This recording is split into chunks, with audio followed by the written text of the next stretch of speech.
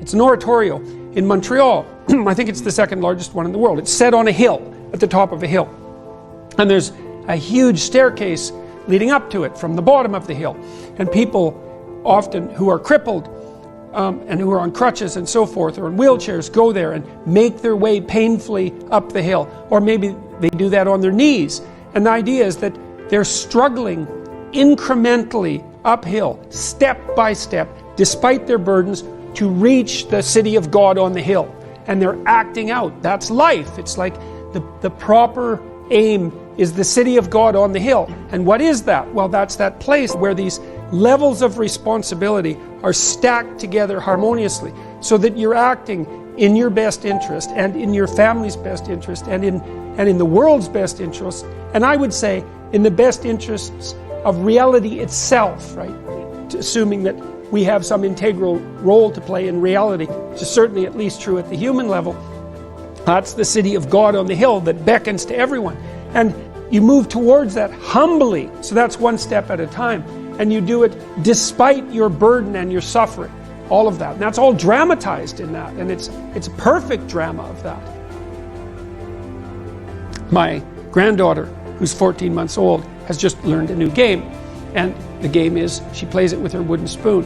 And the game is, she has the spoon, and then she looks at you, and then she gives you the spoon. And then you take it from her, and she lets it go. And then she watches you, and then you give the spoon back. And she's very happy to get the spoon back. She's also very happy to give it to you. And then she turns to the next person, and she gives them the spoon, and then she gets it back. And then you can play with her. And the play is, well, now you've started to embody the principle of reciprocity, right? We can trade, and it's a repeating game. It's not one trade. You don't end up with the spoon, and I don't end up with the spoon. We both have the spoon some of the time across time. And there's some utility in the exchange itself. Okay, so she's playing with that and thrilled about it, and no wonder, because it's a walloping discovery. And so then you take the spoon from her, and maybe you hold it a little longer than she expects, and that makes her a little nervous, but then you give it back, and then she's relieved, and that makes her happy. Or you cover the spoon with your hand, and then she's a bit confused about where it might be, and you show it to her, and you give it back, and she's happy about that. Or she reaches out to grab it, and you pull it away a little bit, and move it back and forth, so she has to do a little more effort to get it. And as long as you don't push that, and it's a bit of a challenge to her, both physically in terms of coordination, but also psychologically in terms of delay of gratification, she also finds that gratifying. And the reason for that is that you're showing how robust and resilient the idea of reciprocity is across sequences of transformations. And so the Piagetian idea is something like, there's an implicit morality that emerges to constrain the infinite set of interpretations, and it has to do with the structure that will maintain reciprocity optimally in the largest, including the largest number of people across the largest amount of time.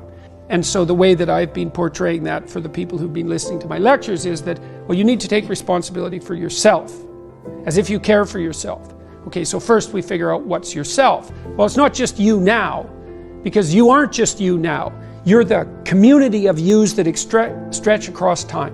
So in order for you to take care of yourself properly now, you have to learn to play an iterative game with yourself that's sustainable and even potentially improvable across time. And there aren't many games that you can play like that, so that starts to radically constrain the set of possibilities. And then it's more constrained than that, because not only do you have to play a game with yourself that can repeat across time to minimize suffering, to remove the possibility of death, to allow for the possibility of productive movement and a certain amount of happiness, but you have to do that with other people around you and across time. And so there's you and the multiple yous embedded in your family, and the multiplicity of your family members embedded inside a culture, and the extension of that culture across time. And so for you to act properly, then all of those things have to be harmoniously balanced at the same time, and that radically reduces the set of potential interpretations. And that's the antidote to the chaos of the infinite array of potential perceptual worlds.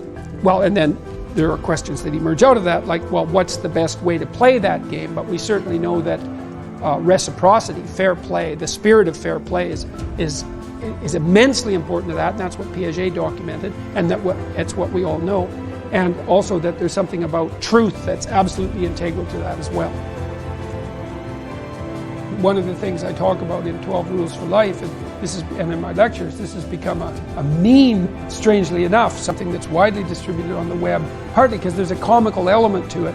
It's to clean up your room. And everyone laughs about that because I'm taking that seriously. It's like, well, clean up your room. Everyone's mother has told them that 1,000 times, right? But I try to explain why. It's like, well, you have a bit of chaotic potential right in front of you. It's, in some sense, infinite in its potential. And the domain in which you can manipulate that might be rather restricted because of the restrictions that are part and parcel of your existence. But maybe you have your room, and you might have contempt for that, and so it's a complete bloody catastrophe. But you don't have to. You could think, well, it isn't a room, it's a place of potential. And as soon as you know that, then it's not your room anymore. It isn't a room. The room that you see is your preconception of the space that you inhabit. What's there is a fragment of infinity. That's what's there. And what you see is the low resolution consequence of your assumption and lazy habit and blindness. That's your initial room. And you think, well, no, that's not the room. See, part of what artists do, for example, when Van Gogh paints a room and you look at it glowing, he's trying to show you what's beyond your perception of the room. And I mean this technically, like the way that your visual system is set up is that whenever memory and presumption can replace direct perception, it will, because it's simpler. So you literally see what you expect to see. And if what you see is dull and drab and boring and pointless and uninspiring, then that's you. It's not what's there. And what the artist does when he or she re-represents that mundane reality is to remind you of what's behind it, the potential that's there. And so what I'm suggesting to people is that they take the potential that's right in front of them. It's like, okay, and here's the rule. You're aiming up.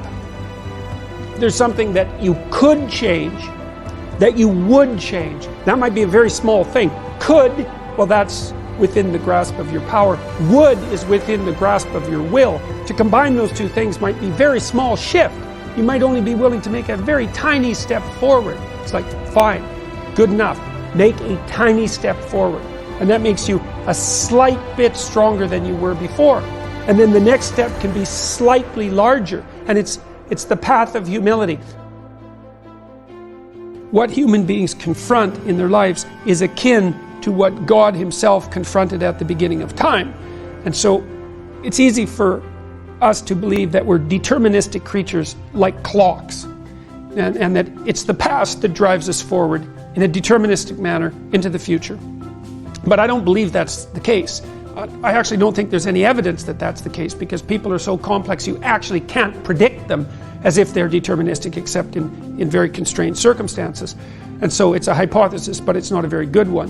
What seems to me to be the case, and I think this is how people conceptualize themselves and how they act towards themselves and towards other people, and how our social structures, our political structures are constituted, is that human beings constantly confront a landscape of possibility. It's potential itself. And we have a belief in the idea of potential. We have an idea that there are things that could be. It's a very strange conception of reality, because it's not a materialistic conception, because things that could be aren't measurable in any sense, right? But we certainly act as if they exist. And we all treat each other as if one of our fundamental ethical requirements is for you to confront that potential properly. And that would be to live up to your responsibility. Because you have these gifts and talents and possibilities that have been granted to you. And if you fail to make use of them, your talents, let's say, then that's a sin of sorts. And that's a religious way of thinking about it, but it doesn't matter, because that's how people treat each other. If you have a child, for example, or a spouse, or a friend, brother, anyone you care about, and you have the intuition that they could be making more of themselves and what they have than they are, then you're deeply disappointed in that. And the reason you're disappointed in that is because there's a call to us, an existential call, to confront that potential that's everywhere, that faces us in every direction, and to transform it into the most functional and habitable order possible. And the way that that is to be done properly is with truth.